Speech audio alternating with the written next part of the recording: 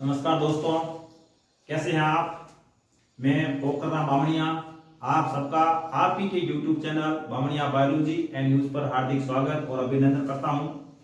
आज हम कक्षा 11th बायोलॉजी का 4th चैप्टर पढ़ेंगे और जो 4th चैप्टर है उसका नाम है प्राणी जगत या एनिमल किंगडम।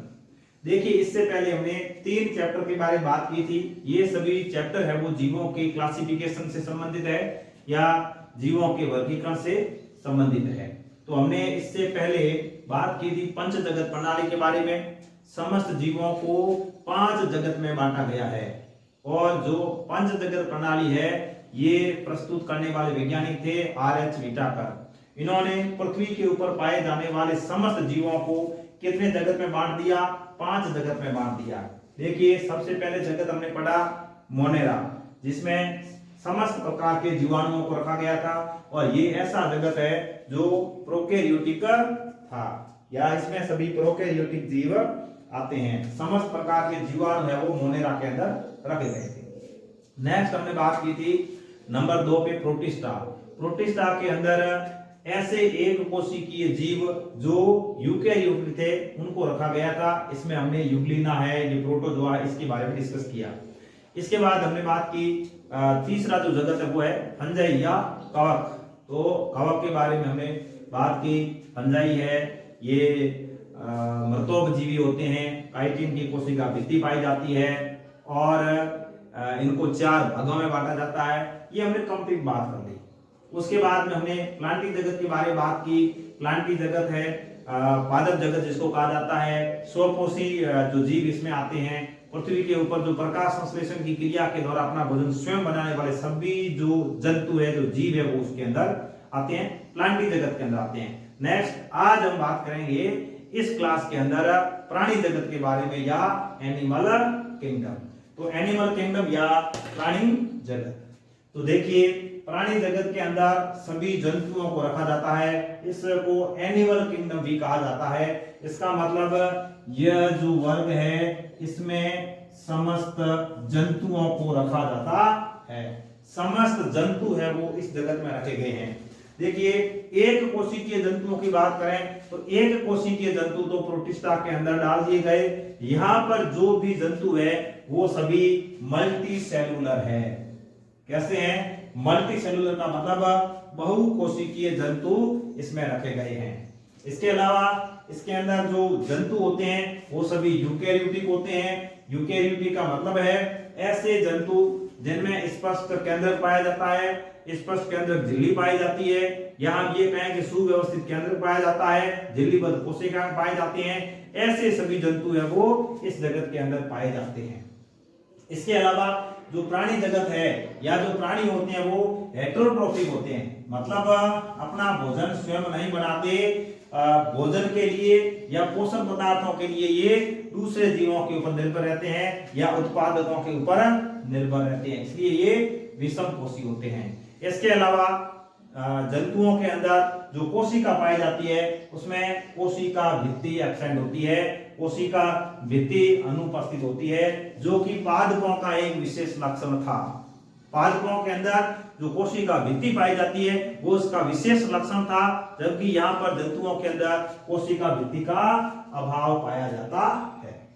तो इस पृथ्वी के ऊपर जंतु जगत है वो विशाल या बड़ा जगत है। इसके अंदर हम कई छोटे मोटे जीवों के बारे में बात करते हैं। तो हम इसका वर्गीकरण करें या जीवों का वर्गीकरण पढ़ें उससे पहले हमें वर्गीकरण के विभिन्न आधार समझने होंगे कि जंतुओं का वर्गीकरण हम किस किस तरह से कर सकते हैं या जंतुओं के वर्गीकरण का आधार क्या हो सकता है। इसमें हमने सबसे पहले बात की है संगठन के आधार पर, मतलब जो जीव है उन जीवों का संगठन कैसा है, उनका ऑर्गेनाइजेशन कैसा है, वह संगठन के आधार पर ये जो जीव है ये 4 प्रकार के होते हैं। कुछ ऐसे जीव होते हैं जिनमें बिखरी हुई कोशिकाएं पाई जाती है, उनको सेलुलर कहा जाता है। और कुछ ऐसे जीव होते हैं जिनमें ये कोशिकाएं जो बिखरी हुई है ये मिलकर समान कार्य करना शुरू कर देती है, इसको उत्तक या टिश्यू कहा जाता है। उसके बाद में ये उत्तक मिलकर एक विशेष कार्य करने लगे तो इसको ऑर्गन कहा जाता है। और ये ऑर्गन मिलकर एक विशिष्ट कार्य करने लगे तो इसे सिस्टम कहा जाता है। तो इस तरह से संगठन के आधार पे जंतुओं को कितने भागों में बांटा जाता है? 4 भागों में बांटा जाता है। कौन कौन से? देखिए, सेलुलर, टिश्यू, ऑर्गन और सिस्टम। मतलब हिंदी में बात करें तो कोशिकीय स्तर का संगठन, ऊतक स्तर का संगठन, अंग स्तर का संगठन और अंग तंत्र स्तर का संगठन। तो देखिए, सबसे पहले सेलुलर में क्या होगा? कोशिकाएं बिखरी हुई पाई जाती है। उदाहरण क्या है इसका? स्पंज। तो जो पहला संगठन के आधार पर पहला वर्ग है सेलुलर या कोशिकीय स्तर का संगठन, उदाहरण क्या हो जाएगा? स्पंज या पोरिफेरा। टिश्यू का मतलब है ऊतक स्तर का संगठन। इसमें क्या होगा? ये जो बिखरी हुई कोशिकाएं हैं, ये कोशिकाएं संगठित हो जाती है और समान कार्य करना शुरू कर देती है। इसको ऊतक कहा जाता है। उदाहरण क्या होगा इसका? सीलेंट्रेटा। सीलेंट्रेटा के अंदर इसका उदाहरण है हाइड्रा। हमेशा हम नाम सुनते हैं तो हाइड्रा के अंदर ऊतक स्तर का संगठन पाया जाता है। अब ये ऊतक मिलकर क्या करेंगे? एक विशेष कार्य करेंगे। जब ये विशेष कार्य करते हैं तो उसको अंग कहा जाता है। तो ऐसे जीव जिनमें अंग स्तर का संगठन पाया जाता है, उदाहरण के लिए प्लेटीहेल्मिन्थेस। प्लेटीहेल्मिन्थेस का उदाहरण क्या है? प्लेटीहेल्मिन्थेस का उदाहरण है टेनिया सोलियम। क्या है उदाहरण? Taenia solium. इसके अलावा अब देखिए, विभिन्न प्रकार के अंग मिलकर अंग तंत्र का निर्माण करेंगे। देखिए, जैसे अंग का मतलब क्या हुआ? जैसे आमाशय है, छोटी आंत है, बड़ी आंत है, अग्नाशय है, ये तो है अंग। लेकिन अब ये सभी अंग मिलकर एक तंत्र का निर्माण करेंगे और एक विशिष्ट कार्य करेंगे। जैसे मान लो ये आमाशय, लीवर, छोटी आंत, बड़ी आंत, अग्नाशय, ये सभी मिलकर क्या करेंगे? हमारे शरीर के अंदर पाचन का कार्य करते हैं। इसलिए ये विशिष्ट कार्य करने लग जाते हैं तो इसको हम कहते हैं अंग तंत्र स्तर का संगठन। और इसका उदाहरण है Annelida, Arthropoda, Mollusca, Echinodermata, Hemichordata, Chordata. हम सभी के बारे में बात करेंगे तो वो अंग तंत्र स्तर का संगठन उनमें पाया जाता है। अब देखिए, अंग तंत्र स्तर का संगठन तो पाया जाता है, लेकिन इसमें भी जीवों का जैसे जैसे विकास हुआ है वैसे वैसे अंग तंत्र विकसित होते गए। तो शुरुआत में जो जीव पाए जाते हैं, स्टार्टिंग की बात करते हैं तो हम जैसे मान लो पाचन तंत्र के बारे में बात करें तो पाचन तंत्र के बारे में बात करेंगे तो पाचन तंत्र कुछ जीवों के अंदर अपूर्ण होता है और कुछ जीवों के अंदर पूर्ण होता है। तो अपूर्ण का मतलब क्या होगा? अपूर्ण का मतलब ये होगा कि ऐसे जंतुओं के अंदर एक छिद्र पाया जाता है, उस छिद्र के द्वारा वो भोजन ग्रहण भी करते हैं और उसी से मल को बाहर भी निकालते हैं। मतलब ये भोजन ग्रहण करने के लिए भी वही छिद्र पाया जाता है जिसको हम मुख कहते हैं, और अपशिष्ट पदार्थों को बाहर त्याग करने के लिए भी एक छिद्र पाया जाता है जिसको हम गुदा कहते हैं। इसका मतलब इसमें एक छिद्र पाया जाता है जो मुख और गुदा दोनों का कार्य करता है, इसलिए इसको हम अपूर्ण पाचन तंत्र कहते हैं। यदि हम पूर्ण पाचन तंत्र के बारे में बात करें तो इन जीवों के अंदर भोजन को ग्रहण करने के लिए मुख अलग पाया जाता है और अपशिष्ट पदार्थों को बाहर निकालने के लिए गुदा अलग पाई जाती है। तो पाचन तंत्र के आधार पर ये पूर्ण पाचन तंत्र वाले और ये अपूर्ण पाचन तंत्र वाले जंतु। अब यदि अंग तंत्र की बात करते हैं तो एक आता है परिसंचरण तंत्र। अब ये जो परिसंचरण तंत्र ये भी दो प्रकार का होता है। कैसे होता है? एक होता है खुला, दूसरा होता है बंद। तो खुला जो परिसंचरण तंत्र है उसमें क्या होगा? उसके अंदर हार्ट से रुधिर तो भेज दिया जाएगा, लेकिन भेजने के लिए कोई विशेष व्यवस्था नहीं होती या रुधिर के लिए रुधिर वाहिनियां नहीं पाई जाती है, इसलिए रुधिर है वो ऐसे खुला पड़ा रहता है। बर्तन के अंदर कैसे जैसे खुला रहेगा और इसके अंदर विभिन्न प्रकार के जो अंग होते हैं वो डूबे हुए पाए जाते हैं। इसको हम कहते हैं खुला परिसंचरण तंत्र। और इसका उदाहरण है आर्थ्रोपोडा। कौन सा है? आर्थ्रोपोडा। अब ये जो आर्थ्रोपोडा है ये सबसे बड़ा संघ भी है, इसमें कीट पतंगे आते हैं। कीट वर्ग है, संधियुक्त उपांग वाला वर्ग है। इसके अंदर खुला रुधिर परिसंचरण तंत्र पाया जाता है, मतलब रुधिर वाहिनियों में नहीं पाया जाता।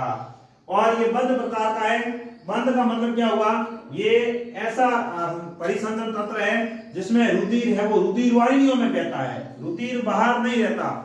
जैसे हृदय ने रुधिर को भेजा लेकिन रुधिर रुधिर वाहिनियों के अंदर ही पाया जाता है।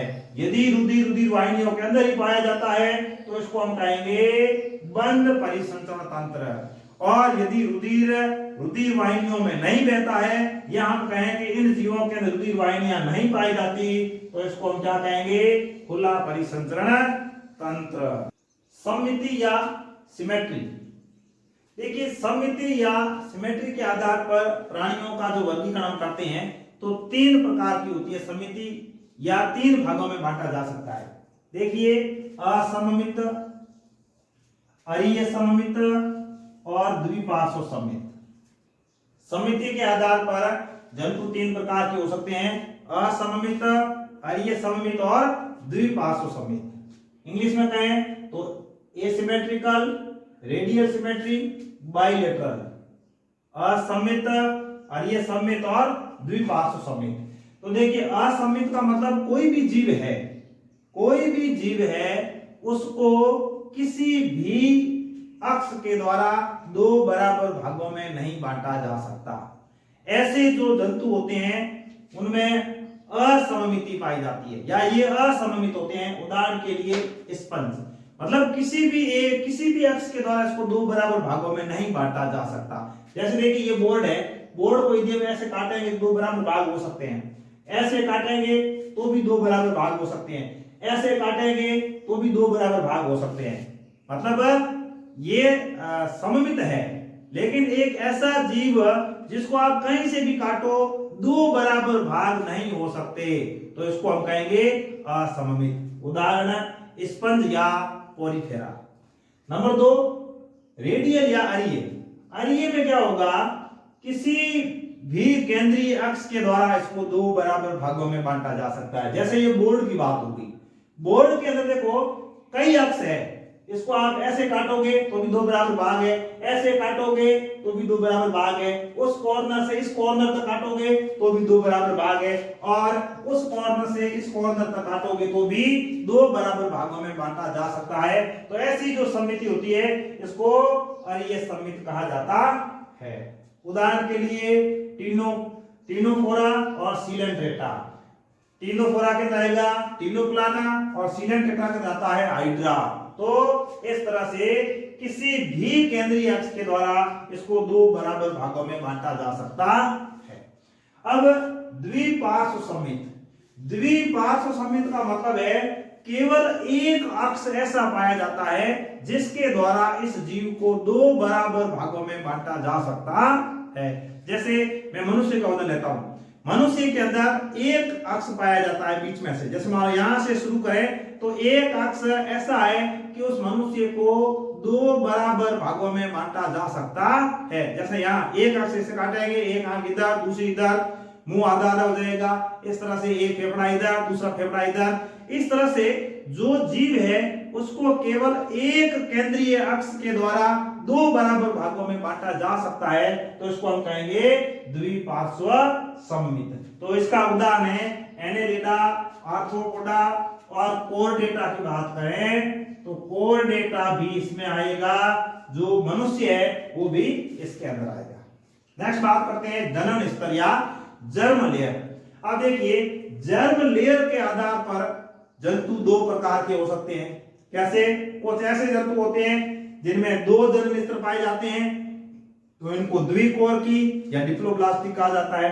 कुछ ऐसे जंतु होते हैं जिनमें 3 जनन स्तर पाए जाते हैं, इनको त्रिकोरकी या ट्रिप्लोब्लास्टिक कहा जाता है। अब देखिए 2 जनन स्तर की बात करेंगे तो बाहर एक्टोडर्म, अंदर एंडोडर्म। इस तरह से 2 जनन स्तर पाए जाते हैं, बाहर एक्टोडर्म, अंदर एंडोडर्म। एक्टोडर्म को हम बाह्य जनन स्तर कहते हैं, एंडोडर्म को हम अंतर जनन स्तर कहते हैं। उदाहरण के लिए सिलेंट्रेटा, सिलेंट्रेटा मतलब हाइड्रा। और त्रिकोरकी के अंदर बात करें तो 3 जनन स्तर पाए जाते हैं, एक बाहर होता है, एक अंदर होता है, एक मध्य में पाया जाता है। सबसे बाहर होगा उसको हम कहेंगे एक्टोडर्म या बाह्य जनन स्तर, सबसे अंदर होगा इसको हम कहेंगे एंडोडर्म या अंतःजनन स्तर, और जो बीच में होगा, मिडल में होगा, मध्य में होगा, उसको हम कहेंगे मेसोडर्म, मध्य जनन स्तर। तो इसका उदाहरण हो जाएगा प्लेटीहेल्मिन्थी से लेकर कोर्डेटा संघ के जितने भी जंतु है वो सभी है वो इसके अंदर आएंगे।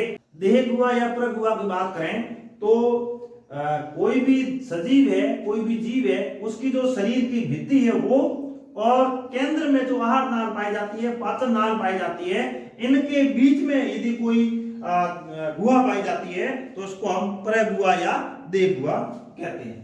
अब इस आधार पर या प्रगुहा पाई जाती है या नहीं पाई जाती है, कैसी पाई जाती है, उस आधार पर जीव 3 प्रकार के होते हैं। तो देखिए, ऐसे जीव जिनमें देह गुहा नहीं पाई जाती है इनको हम कहते हैं अप्रगुहीय, असिलोमेट या एसिलोमेट इसको कहा जाता है। इसमें प्रगुहा नहीं पाई जाती है। उदाहरण के लिए सिलेंड्रेटा और प्लेटीहेल्मिन्थीज। तो सिलेंड्रेटा और प्लेटीहेल्मिन्थीज ये ऐसे जीव है जिनमें प्रगुहा नहीं पाई जाती है। नेक्स्ट, कूट प्रगुहीय स्यूडोसिलोमेट। स्यूडोसिलोमेट का मतलब है कि गुहा तो नहीं पाई जाती, प्रगुहा नहीं पाई जाती है, लेकिन पाई जाती है ऐसा आभास होता है, इसको हम कहते हैं कूट प्रगुहीय या आभासी प्रगुहीय। पाई तो नहीं जाती है, प्रगुहा एब्सेंट होती है, लेकिन हमें उसका आभास होता है। उदाहरण के लिए गोलक्रमी या एसके हेल्मिन्थीज वर्ग। नेक्स्ट, प्रगुहीय सिलोमेट। अब ये ऐसे जीव है जिनमें प्रगुहा पाई जाती है, प्रगुहा उपस्थित होती है। उदाहरण के लिए Annelida, Arthropoda, Mollusca, hemichordata, Chordata, सभी जितने भी संघ है उनमें प्रगुहा पाई जाती है। तो इस तरह से प्रगुहा के आधार पर जीव 3 प्रकार के होते हैं, असिलोमेट, सीडोसिलोमेट और सिलोमेट। नेक्स्ट बात करते हैं खंडी भवन। खंडी भवन का मतलब है कोई भी जीव है उसके शरीर के ऊपर खंड पाए जाते हैं। अब ये खंडों की व्यवस्था कैसी है, ये खंड ऊपर ऊपर पाए जाते हैं या शरीर के अंदर तक पाए जाते हैं। इस प्रकार खंडी भवन के आधार पर जंतुओं को 2 भागों में बांटा जाता है, वास्तविक खंडी भवन और सतही खंडी भवन। अब वास्तविक खंडी भवन का मतलब क्या होगा, वास्तव में अंदर से बाहर तक खंड पाए जाते हैं। उदाहरण के लिए एनेलिडा, आर्थ्रोपोडा और कोर्डेटा। दूसरे हैं आभासी या सतही खंडी भवन। इसमें जो खंड है वो आभासी रूप से पाए जाते हैं, मतलब केवल बाह्य सतह के ऊपर पाए जाते हैं, अंदर तक नहीं पाए जाते। इसका उदाहरण है प्लेटीहेल्मिन्थीज। प्लेटीहेल्मिन्थीज के अंदर आता है टीन या सोलियम, तो उसके अंदर ऊपर खंड पाए जाते हैं, अंदर तक नहीं होते। इसको आभासी या कूट खंडी भवन कहा जाता है या इसको सतही खंडी भवन कहा जाता है। नेक्स्ट जो आधार है वो है पृष्ठ रज्जु। पृष्ठ रज्जु का मतलब पृष्ठ पीछे की ओर, रज्जु का मतलब जो छड़नुमा संरचना होती है उसको हम कहेंगे पृष्ठ रज्जु। तो ये जो पृष्ठ रज्जु है ये मेसोडर्मल होती है, मतलब मध्य जनन स्तर के द्वारा इसका निर्माण होता है। पृष्ठ भाग में पीछे की ओर पाई जाती है। अब यदि ये पाई जाती है तो इन जीवों को हम कहेंगे कोर्डेटा, और यदि नहीं पाई जाती है तो उसको हम कहेंगे नॉन कोर्डेटा।